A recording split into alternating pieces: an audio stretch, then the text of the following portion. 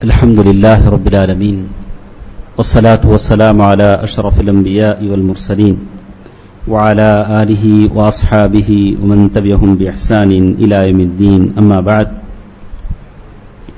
محترم حضرات، بزرگوں، دوستوں، عزیزوں، اللہ تبارک و تعالیٰ کا بڑا فضل و کرم ہے کہ اللہ تبارک و تعالیٰ نے ان مبارک ایام میں جو اللہ تبارک و تعالیٰ اللہ کے رسول صلی اللہ علیہ وسلم شب قدر لیلۃ القدر کو تلاش کیا کرتے تھے، اس میں اللہ تبارک و تعالیٰ نے ہمیں صحت و عافیت کے ساتھ عبادت کرنے کی توفیق دیا ہے۔ اور جیسے اللہ تبارک و تعالیٰ نے سورۃ القدر میں اس کی وضاحت کر دی، کہا وما ادراک ما لیلۃ القدر، تم کیا جانو کہ لیلۃ القدر کیا چیز ہوتی ہے۔ لیلۃ القدر خیر من الف شہر، 1000 مہینوں کی عبادت سے بڑھ کر ہے۔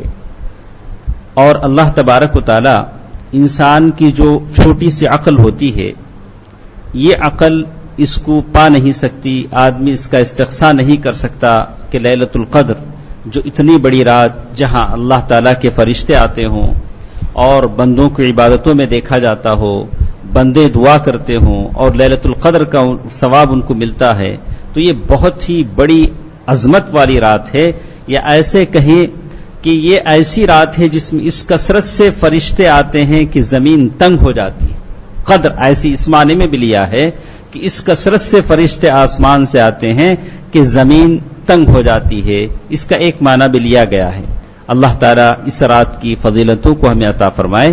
اور جیسے ماں عائشہ رضی اللہ تعالیٰ عنہا نے پوچھا تھا کہ اس رات کو پالوں تو میں کیا دعا کروں، تو کہا کہ اللہم انک عفو تحب العفو فاعف عنی۔ تو کل کی درس میں ہم نے بتایا کہ اس رات کی اہمیت اور کو دیکھتے ہوئے ثواب پانے کا بہترین ذریعہ یہ ہے کہ آدمی قیام اللیل کرے، جتنا ہو سکے پڑھے، جتنی، اور لمبی نمازیں انفرادی حیثیت میں اچھی لگتی۔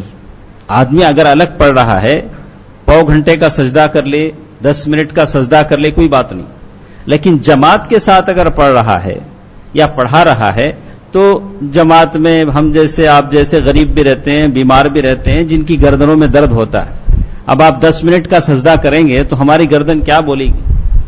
آدمی کہا کہ آدمی اس کا لحاظ کرے، جماعت کے ساتھ البتہ اگر پڑھتا ہے تو پیچھے والوں کا خیال رکھے، لیکن اگر آدمی اپنے طور سے اگر پڑھتا ہے تو جتنے لمبے نمازیں چاہے پڑھ لے، لیکن لیلۃ القدر کے ثواب کا سب سے اہم ترین حصہ یہ ہے کہ آدمی قیام اللیل سے اس کو حاصل کرے، جتنا ہو سکے نمازیں پڑھے، جتنا ہو سکے آدمی نمازیں پڑھے۔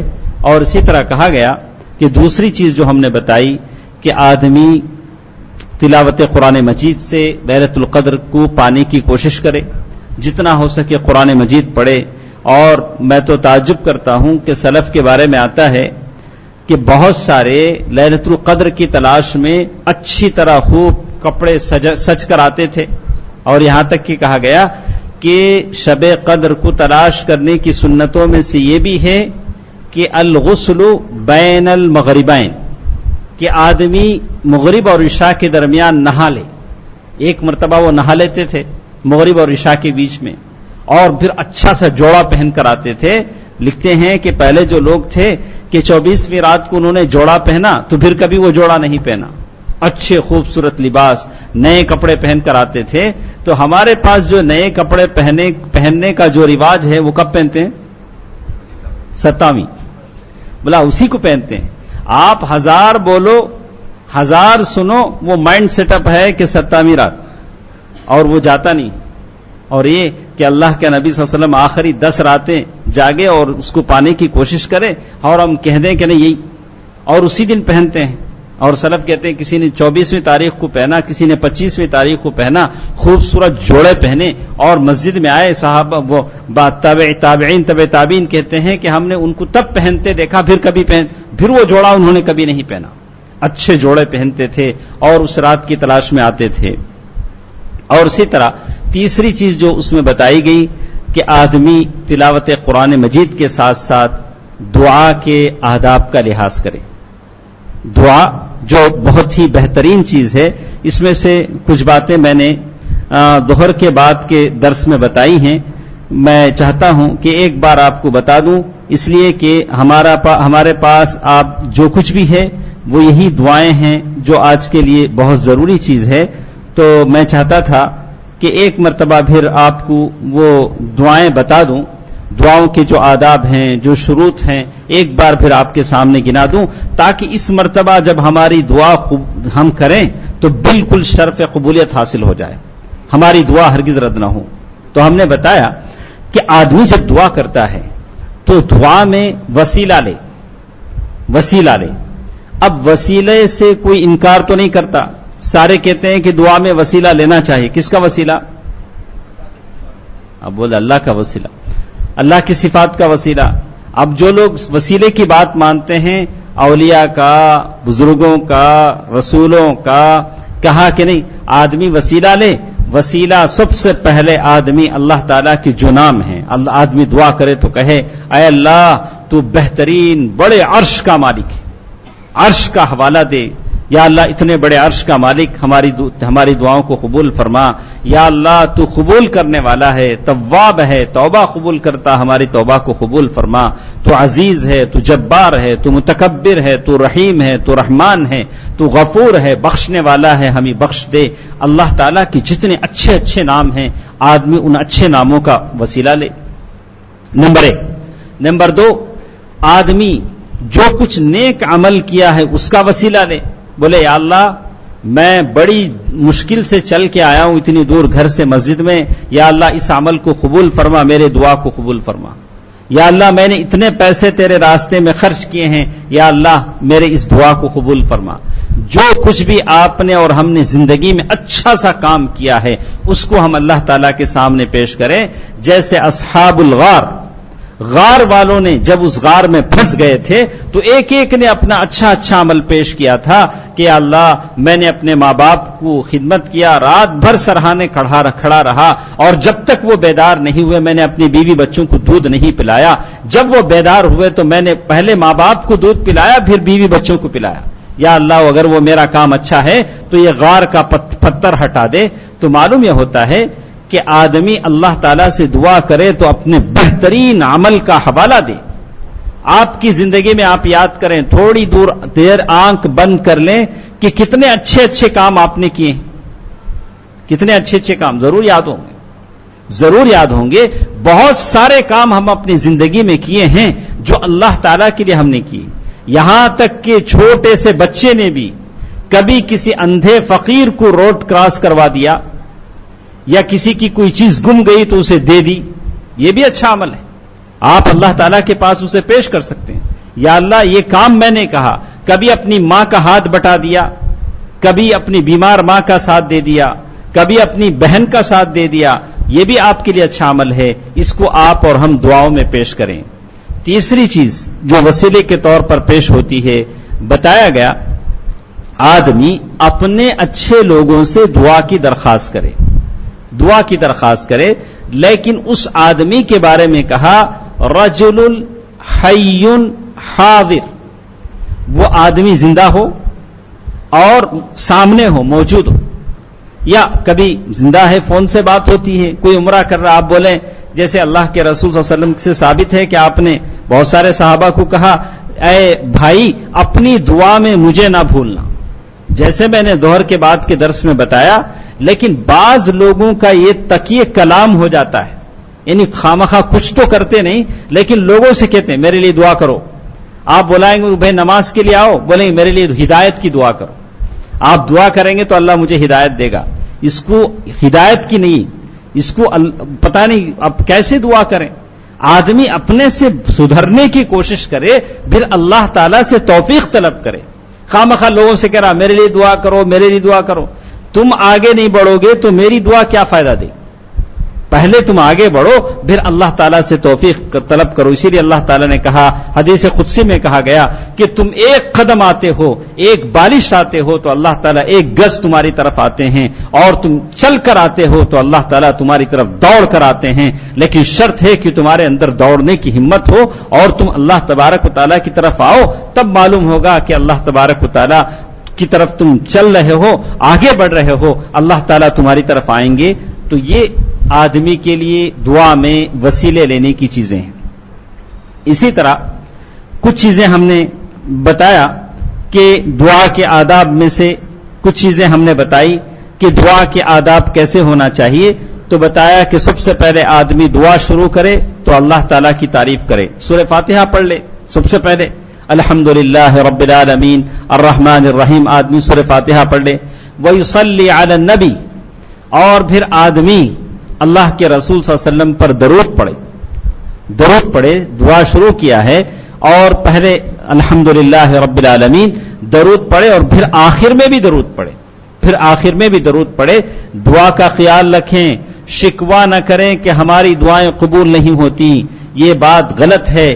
اللہ کے نبی صلی اللہ علیہ وسلم نے دعا کیا کہ کوئی آدمی بارش کے لیے آیا اور ممبر پر کھڑے رہے اور اللہ کے رسول صلی اللہ علیہ وسلم نے دعا کیا تو صحابہ کرام کہتے ہیں کہ ہم آسمان میں کوئی بادل نہیں نظر آتا تھا, دھوپ نظر آتی تھی, کڑک دھوپ تھی, لیکن جیسے ہی دعا ہوئی اور جب باہر ہم مسجد کے نکلے تو بالکل زوردار بارش ہونے لگی. اللہ کے رسول صلی اللہ علیہ وسلم نے ابو ہریرہ رضی اللہ تعالی عنہ کی ماں کی ہدایت کے لیے دعا کی. اللہ کے رسول صلی اللہ علیہ وسلم کی دعا کے علاوہ بہت سارے صحابہ کرام کی دعائیں تھیں. حضرت عمر فاروق رضی اللہ تعالی عنہ نے بہت ساری دعائیں کی. تو اللہ تبارک و تعالیٰ کے پاس دعا قبول ہوتی ہے, لیکن اس کے جو آداب ہیں, جو شروط ہیں, جو طریقے ہیں, اس کے مطابق اس کو دعا کی جائے. تو پہلے اللہ تبارک و تعالیٰ کی تعریف کی جائے. ہاتھ اٹھاتے ہی آپ مانگنے لگیں یا اللہ یہ دے وہ دے, کہا کہ نہیں, پہلے اللہ کی تعریف تو کر. اللہ تو بہت دینے والا ہے, بہت دیالو ہے, یا اللہ تو بہت دیتا ہے. یرزق من یشاء بغیر حساب, یا اللہ تو جسے چاہتا ہے بغیر حساب کے دیتا ہے. آدمی دعا کرے, اللہ تعالیٰ کی تعریف کرے. اور اسی طرح کہتے ہیں الدعاء فی الرخاء والشدہ, آدمی اللہ تعالیٰ سے دعا کر رہا ہے تو دونوں حالتوں میں دعا کرے, جب جیب میں پیسے ہوں تب, جب نہ ہو تب, اور جب آپ خوش ہوں تب, بیمار ہوں تب, دونوں طرف. تو آپ کا اللہ تعالیٰ سے ایک تعلق لگا ہوتا ہے. اسی لیے کہتے ہیں حضرت یونس علیہ السلام کے بارے میں کہا, جب مچھلی کے پیٹ میں پھنس گئے اللہ تعالیٰ سے ندا لگائی کہ اے اللہ, میں کہا کہ وہاں پھنس گئے اور اللہ تعالیٰ سے دعا کی تو فرشتوں نے کہا کہ ایک آواز تو آ رہی ہے, آواز مانوس ہے, یہ آواز ہمیشہ آتی ہے, لیکن پتہ نہیں چلا کہ یہ آواز کہاں سے آ رہی, زمین سے نہیں اور پھر کہیں اور سے نہیں, یہاں تک کہ معلوم ہوا کہ تو مچھلی کے پیٹ سے آ رہی ہے اور مچھلی کو حکم ہوا کہ وہ اس کو نہ نگلے بلکہ اگل دے. تو معلوم یہ ہوتا ہے کہ اللہ تبارک و تعالیٰ سے تعلق ہر حالت میں آدمی بنائے رکھے, سکھ ہو, چین ہو, دکھ ہو, یا خوشحالی ہو, قرضوں کا انبار ہو, یا ہمیشہ آدمی جس حالت میں بھی ہو اللہ تبارک و تعالیٰ سے آدمی بچائے رکھے. اسی لیے اللہ کے رسول صلی اللہ علیہ وسلم نے فرمایا عجبا لامر المؤمن اذا اصابته ضراء صبر واذا اصابته سراء شکر. مومن کی مثال بڑی عجیب ہوتی ہے. اذا اصابته ضراء صبر, آدمی جب اسے تکلیف آتی ہے تو صبر کرتا ہے, جب خوشحالی ملتی ہے تو شکر کرتا ہے. شکر کا بدلہ بھی جنت ہے, صبر کا بدلہ بھی جنت ہے. تو آپ اور ہم اللہ تعالیٰ سے دعا کریں, لیکن ہر حالت میں دعا کریں. اور اسی طرح ایک ادب ہم نے بتایا, اللہ یدعو علی اہلی ومالی وولدی ونفسی. یہ بہت اہم چیز ہے جس میں ہم غلطی کرتے ہیں. جب دعا کرتے ہیں یا اللہ یہ گھر میں جینے سے بہتر ہے مجھے موت دے دے, ایسا بولتے کہ نہیں بولتے؟ بہت سارے لوگ بولتے ہیں. اسی لیے کہا کہ آدمی دعا کر رہا ہے تو اپنی استعمال کی چیزوں پر, اپنے جائیداد پر, مال پر, اپنی جان پر, اپنے بیوی پر, اپنے بچوں پر ہرگز بد دعا نہ کرے, ہرگز بد دعا نہ کرے. یا اللہ یہ کیوں دیا, اگر وہ دیتا تو اچھا تھا, یہ لڑکی کیوں دیا, لڑکے دیتا تو اچھا تھا. نہیں, اللہ نے جو بھی جس کو دیا اس کو معلوم ہے کیا دینا ہے اور اسی کے حساب سے دیتا ہے. اور آدمی جب دیا گیا تو اللہ تعالیٰ پر صبر کرے. کبھی اللہ تعالیٰ آزمائش کے لیے بھی اولاد دے دیتے ہیں, یہ اللہ تعالیٰ کی آزمائش. کبھی اپاہج اولاد دے دی، معذور اولاد دے دیا، یہ اللہ تعالیٰ کا کرم ہے، اللہ عدل ہے، اللہ تعالیٰ جو چاہے دیتے ہیں. تو آدمی اپنے اولاد پر اس پر ایسی چیزیں یہ نہ کرے. اور اسی طرح بتایا گیا یتضرع الی اللہ فی دعائہ یلح علی ربہ فی دعائہ، اللہ تعالیٰ سے گڑ گڑائے، اللہ تعالیٰ سے بار بار مانگے. اللہ تبارک و تعالیٰ، جسے ہم نے ابو الدرداء رضی اللہ تعالیٰ عنہ کے قول کو نقل کیا کہ آدمی جب بار بار مانگتا ہے تو اللہ تعالیٰ ضرور دیتے ہیں. آپ بھی کسی کے گھر پر جائیں، ایک بار نہیں بار بار دروازہ کھٹکھٹائیں تو وہ سوچتا ہے کہ اتنی بار کیوں آتا ہے، چلو ایک بار اس کی بات سن لیتے ہیں. جب دنیا کا یہ انسان سنے گا تو احکم الحاکمین کیا نہیں سنے گا. تو آدمی اللہ تعالیٰ سے بار بار دعا کرے. اور اسی طرح کہا الاعتراف بالذنب والنعمت حال الدعاء، آدمی گناہوں کا اعتراف کرے، دعا کرتے کرتے یا اللہ میں تیرا بندہ ہوں، مجھ سے غلطیاں ہو گئی ہیں، یا اللہ میری ان غلطیوں کو معاف فرما. آپ سے جو بھی خطائیں ہو جاتی ہیں ان غلطیوں کا اقرار کریں اللہ تعالیٰ کے سامنے، مجھ سے یہ غلطیاں ہو گئی، یا اللہ تو معاف کرنے والا ہے، تو ستار ہے، یا اللہ اب معاف نہیں کرے گا تو حشر کے میدان میں میں کیسے منہ دکھاؤں گا. آدمی گناہوں کا استغفار کرے تو اللہ تعالیٰ کے سامنے گناہ کا اعتراف کرے. گناہ کا اعتراف بہت بڑی چیز ہے. ہم میں سے بہت سارے لوگ ہیں اعتراف کرنا نہیں چاہتے، ماننا نہیں چاہتے کہ ہم سے غلطی ہوئی، لیکن اعتراف کرنا بہت بڑی چیز ہے. سید الاستغفار میں اللہ کے رسول صلی اللہ علیہ وسلم نے ہی بتایا کہ آدمی اس میں گناہوں کا اعتراف کرتا ہے. عدم تکلف السجع فی الدعاء، دعا کرتے وقت بہت سارے لوگ کرتے ہیں یا اللہ ابھی معاف کر، اسی مجلس میں معاف کر. نہیں، یہ کوئی اللہ تعالیٰ پر آپ قانون لگا رہے ہیں. نہیں، اللہ تعالیٰ سے کہیں اللہ مجھے معاف کر. اب یہ نہیں کہ نہیں اب یہ مجلس اٹھنے سے پہلے معافی چاہتا ہوں، نہیں، اللہ تعالیٰ جو بھی ہے اللہ معاف کرے گا. اور اسی طرح کہا کہ اس سلسلے میں اور ایک بات ذکر کرتے ہوئے کہتے ہیں کہ آدمی جب اللہ تعالیٰ سے معافی کی درخواست کرتا ہے تو ایسی عبارتیں نقل نہ کرے. اور کہا الدعاء ثلاثا، آدمی تین مرتبہ دعا کرے. کیا مطلب؟ تین مرتبہ دعا کرنا کیا مطلب ہے؟ آدمی اللہ تعالیٰ سے مانگ رہا ہے تو مانگے یا اللہ مجھے روزی دے، یا اللہ مجھے روزی دے، یا اللہ مجھے روزی دے. کوئی عیب نہیں، ایک ہی بات کو 3 مرتبہ ریپیٹ کر سکتا ہے، 3 مرتبہ مانگ سکتا ہے. معمولی بچہ اپنی ماں سے مانگ لیتا ہے، وَلِلَّهِ الْمَثَلُ الْأَعْلَى، اللہ تعالیٰ کے لیے بہترین مثال ہے. آدمی اللہ تعالیٰ سے مانگے تو 3 مرتبہ مانگے، اس میں کوئی حرج نہیں ہے. اور اللہ کے رسول صلی اللہ علیہ وسلم کی سنت رہی ہے استقبال القبلہ. اور یہ بھی بتایا گیا کہ آدمی قبلے کی طرف رخ کر کے مانگے. بیٹھے ہیں قبلے کی طرف رخ کر کے آپ دعا مانگے، اچھی چیز ہے. یعنی قبلے کی طرف بیٹھیں، بیٹھ کر دعا مانگے. ممکن ہے کہیں اگر ایسی جگہ بیٹھ جائیں جہاں قبلہ معلوم نہیں ہے یا گھر میں ایسی تنگی ہے تو بات الگ ہے، لیکن اگر بیٹھے ہیں تو قبلے کی طرف رخ کر کے مانگیں، بہت اچھی چیز ہے. اور اسی طرح کہا رفع الایدی فی الدعاء، آدمی ہاتھ اٹھا کر دعا کرے. ہاتھ اٹھا کر دعا کرے. ہاتھ اٹھا کر دعا کرنے کی بات اللہ کے رسول صلی اللہ علیہ وسلم نے بعض حالات میں ہاتھ اٹھایا ہے، لیکن یہ فرض نمازوں کے بعد چاہے اجتماعی ہو چاہے انفرادی ہو، فرض نمازوں کے بعد بات غور طلب ہے. فرض نمازوں کے بعد آدمی جو ہاتھ اٹھا کے دعا کرتا ہے وہ ثابت نہیں. ہاں آپ چلے گئے، یہاں سے اٹھ گئے، دور چلے گئے، سنت پڑھ لی، نفل پڑھ لی، پھر آپ دعا کر لیتے ہیں، بات الگ ہے. لیکن فرض نماز ہوتے ہی پھر آپ ایسے اٹھائیں مانگیں، کہا کہ اس کا کوئی ثبوت نہیں ملتا، چاہے وہ انفرادی ہو. لیکن دعا میں ہاتھ اٹھانا اچھی چیز ہے، ہاتھ اٹھانا اچھی چیز ہے. آپ نفل کے بعد کر لیں یا اور حالت میں کر لیں، بات الگ ہے. الوضوء قبل الدعاء ان تیسر، کہا کہ وضو کرنے سے پہلے آپ باوضو، یعنی دعا کرنے سے پہلے آپ باوضو ہو جائیں. وضو کر کے دعا کریں، بہت اچھی چیز ہے. ضروری نہیں بولے کہ نماز کے لیے اتنا وضو، دعا کے لیے وضو کیوں، بلا کہ ضروری نہیں، واجب نہیں، لیکن اچھی چیز ہے. آدمی وضو کر لیتا ہے. آپ کو معلوم ہے وضو کیا چیز ہے؟ وضو آدمی وضو کر لیا، ظاہری ہاتھ پیر چہرہ پاک صاف ہو گیا، وضو کے بعد آدمی دعا پڑھتا اشہد اللہ الہ الا اللہ، اے اللہ یہ جو میرے ہاتھ پیر صاف ہو گئے اور دل سے بھی میں نے وحدانیت کا اقرار کر لیا، میری دل میں توحید جاگزین ہے، منافقت نہیں ہے، اب میں اوپر سے دھو کر اندر سے دعا پڑھ کر میں بالکل پاک و صاف ہو گیا ہوں، تو اب اللہ تعالیٰ آپ سے کہہ رہے ہیں اب آپ فٹ ہیں کہ اللہ کے سامنے کھڑے ہوں۔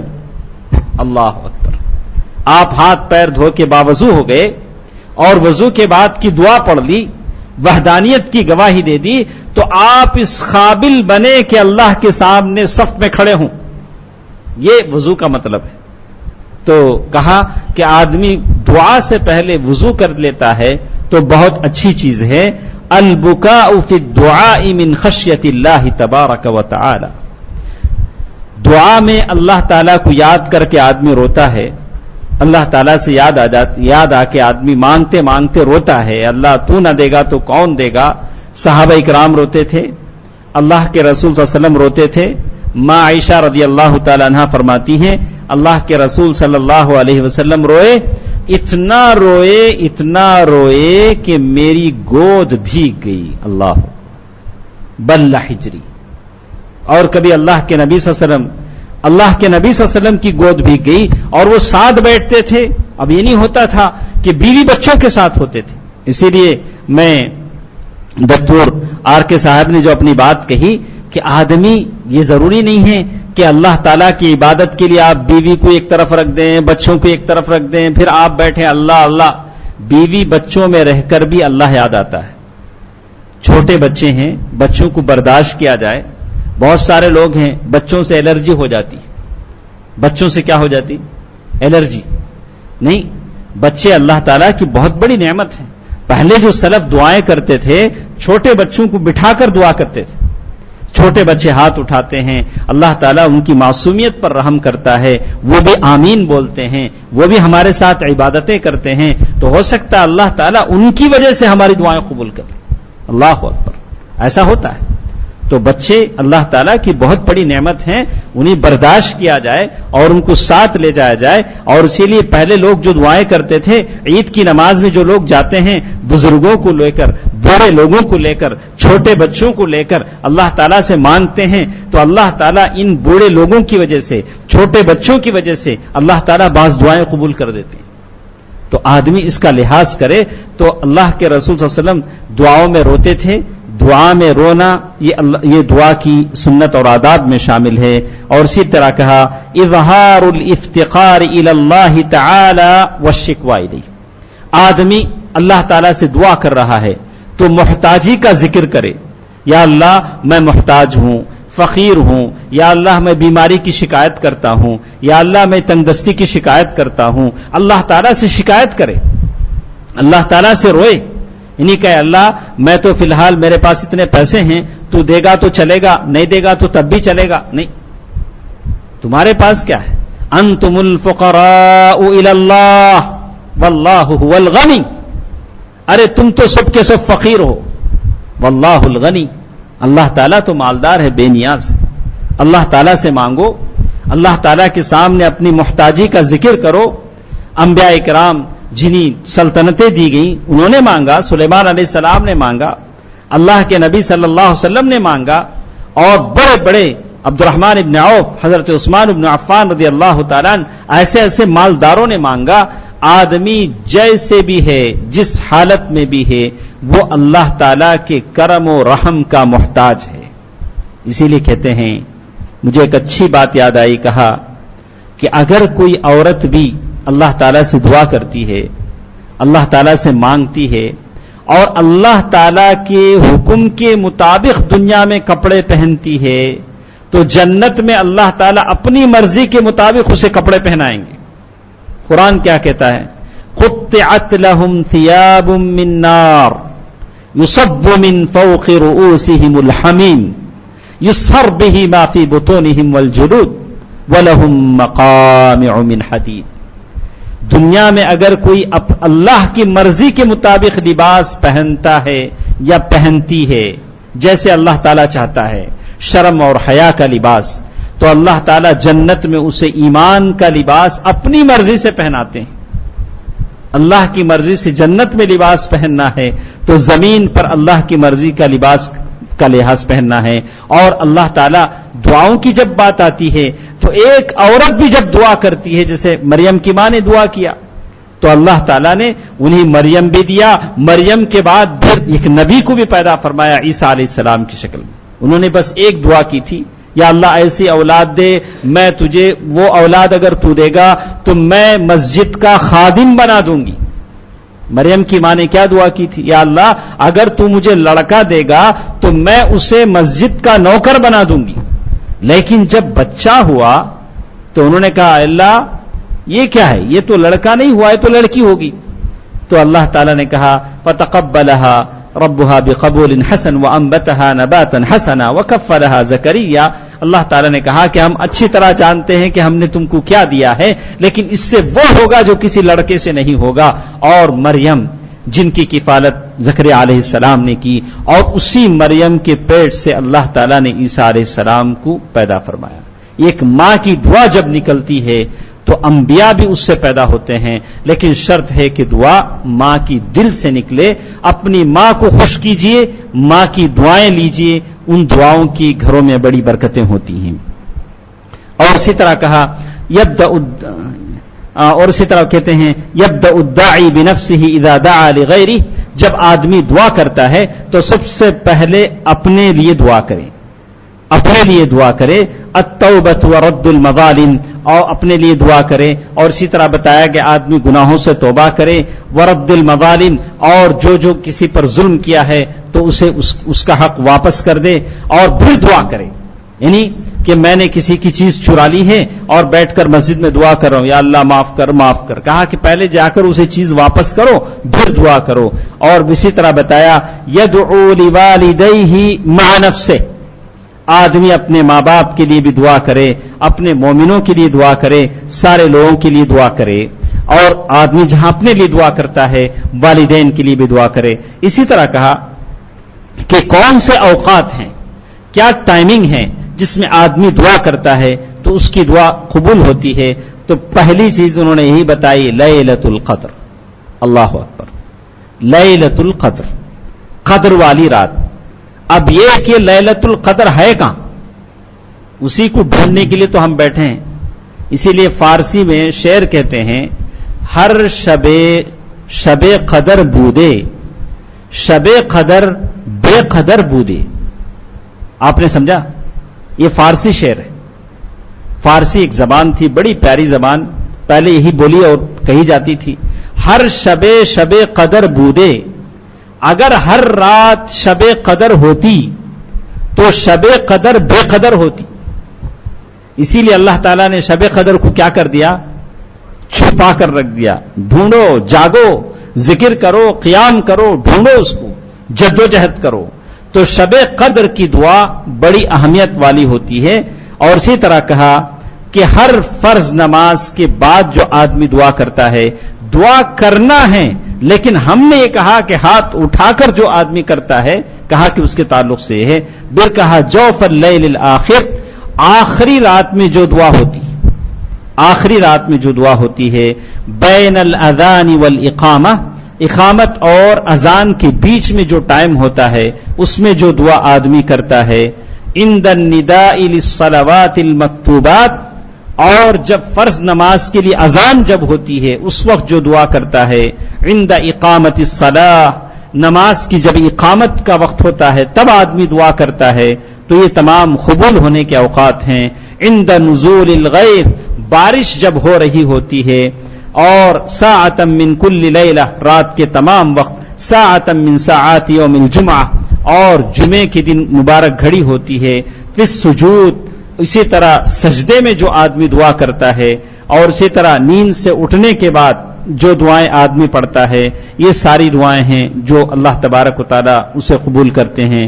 ایک حدیث ہم آپ کو بتا دیں، عبادہ بن صامت رضی اللہ تعالیٰ عنہ کی حدیث ہے، اس کو پڑھا کر ہم اپنی بات ختم کرتے ہیں۔ کچھ باتیں انشاءاللہ اگلے درسوں میں ہم آئیں گے۔ وہ کہتے ہیں من تعار من اللیل، من تعار من اللیل، جو شخص رات کو بیدار ہو جائے، فقال لا الہ الا اللہ وحدہ لا شریک لہ، رات میں وہ یہ دعا پڑھے بیدار ہونے کے بعد، لا الہ الا اللہ وحدہ لا شریک لہ، لہ الملک ولہ الحمد وہو علی کل شیء قدیر، الحمد للہ وسبحان اللہ ولا الہ الا اللہ واللہ اکبر ولا حول ولا قوة الا باللہ، ثم قال اللہم اغفر لی، یہ دعا پڑھنے کے بعد وہ کہے اللہم اغفر لی، او دعا، اب اس کے بعد جو بھی دعا وہ کرے گا استجیب لہ، اللہ تعالیٰ اس کی دعا کو قبول کریں گے، فَإِن تَوَضَّأَ وَصَلَّى قُبِلَ الصَّلَاةُ، اگر وہ وضو کرے اور پھر نماز پڑھ لے تو اللہ تعالیٰ اس کی دعا کو، اس کی نماز کو ضرور قبول کریں گے۔